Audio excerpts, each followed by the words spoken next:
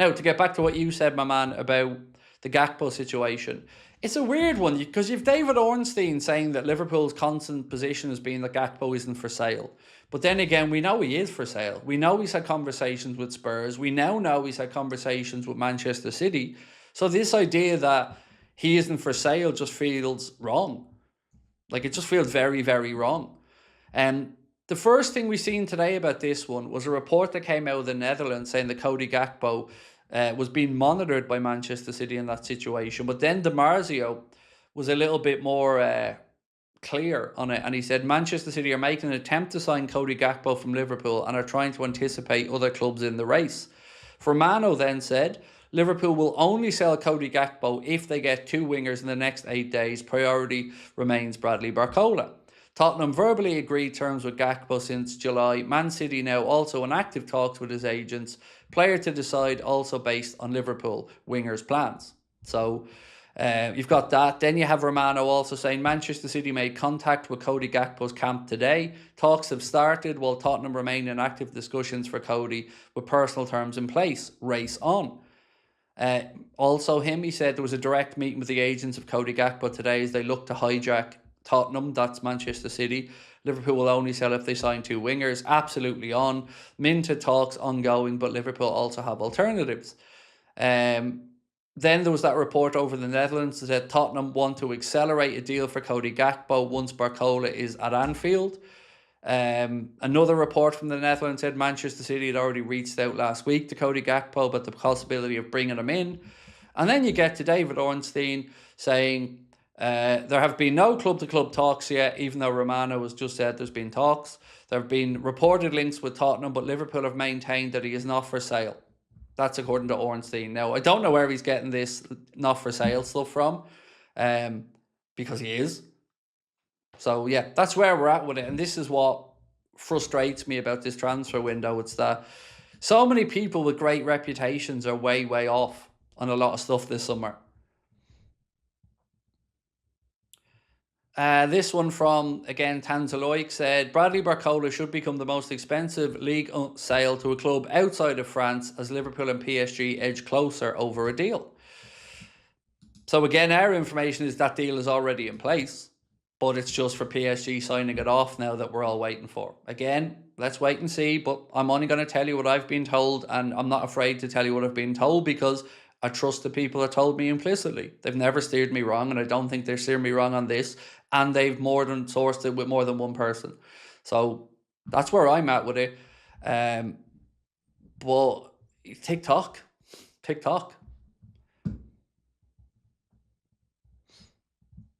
Right, we did a poll a while ago and we said, which is the more important position to get a signing in, midfield or right back? And 77% of the people that voted said midfield and the other 23% said right back. Daniel said, Craig, who's your favourite Irish team? Shelbourne, mate. Shelbourne. Again, though, like I wouldn't say I'm a fan, but they'd be the club that my uncles would have brought me out to quite a bit, and the club who I look out for the results of. So yeah, Shelbourne. But I wouldn't call myself an active Shelbourne fan.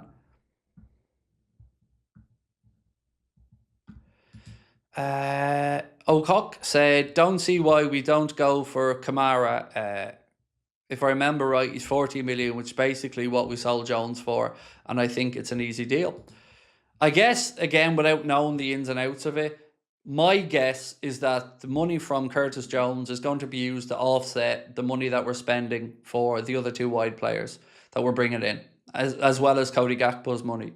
Because right now this summer, if my maths is right, I think we're on a net spend of about 65 million.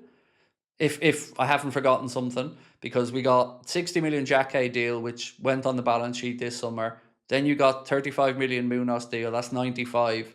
And then you got 30 back in for Jones. So I think we're at about 65 million net. There might be a million or something in small sales somewhere. So if Liverpool go and do the deal, let's say, and again, I'm guessing here, but let's say the price for Minta and Barcola is, I want to be optimistic on this one. Let's say even £180 million. Then you're into £245 million net, and you're going to bring back the Cody Gakpo sale, whatever that might be, call it 75, then you're back into the 170 million net, which is still a big outlay. But what I would say is it's a big outlay because the club haven't looked after the contract situation of other players that we could have potentially sold on if their contracts weren't allowed to run down. And that when you do that, you've got to make up for that shortfall somewhere. And it's always going to be a problem that rears its head when the contract situation is allowed to get to what it got to. So there's just going to have to be money spent because there's no other way around it. Even looking at where we are squad wise, like who else is there to sell? There's not many, right? You could say sell Maka, bring somebody else in. Okay, maybe fair enough that. Chiesa, how much is he going to realistically bring in? Harvey Elliott, actually, he is of interest to AC Milan, according to reports today. Let me just go back here. So Harvey Elliott is a target for AC Milan ahead of the final week of the transfer window, according to reports coming out of Italy. So let's wait and see if Ruben Amorim's side come in. Apparently they're looking for a left-footed attacker, and Elliott's name has been mentioned, but that's all I know on it.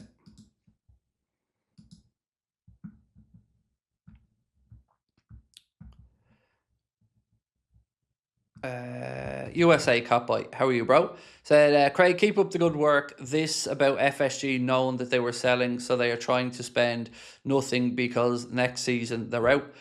But I can only say this so many times, and I don't mean to be a dickhead about it. They're not spending their money, so it doesn't make any difference.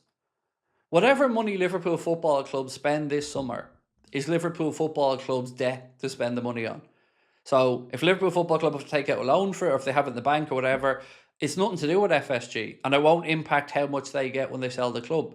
So that's why I've been pushing back on people that think that's why we're not doing business. It won't make any difference because they don't spend the money anyway. It's the club's money. So whoever the new owners are going to come in with that debt it is on the balance sheet. FSG are still going to get whatever they get for selling the club. So it actually doesn't make any sense to think that we're not doing business because they're going. Now, you can talk about it from the point of view of we're leaderless and nobody's really steering the ship. That's a different conversation. But it's got nothing to do with less money or more money to go into their pocket, because that's pretty much set in stone with the agreement that they have with AD92 Holdings for the £6 billion valuation. They've already put £2 billion in their back pocket. So, yeah, that's not the reason why we're not spending or we're not doing business. The reason is because the club's a fucking mess. And that is on their watch, by the way.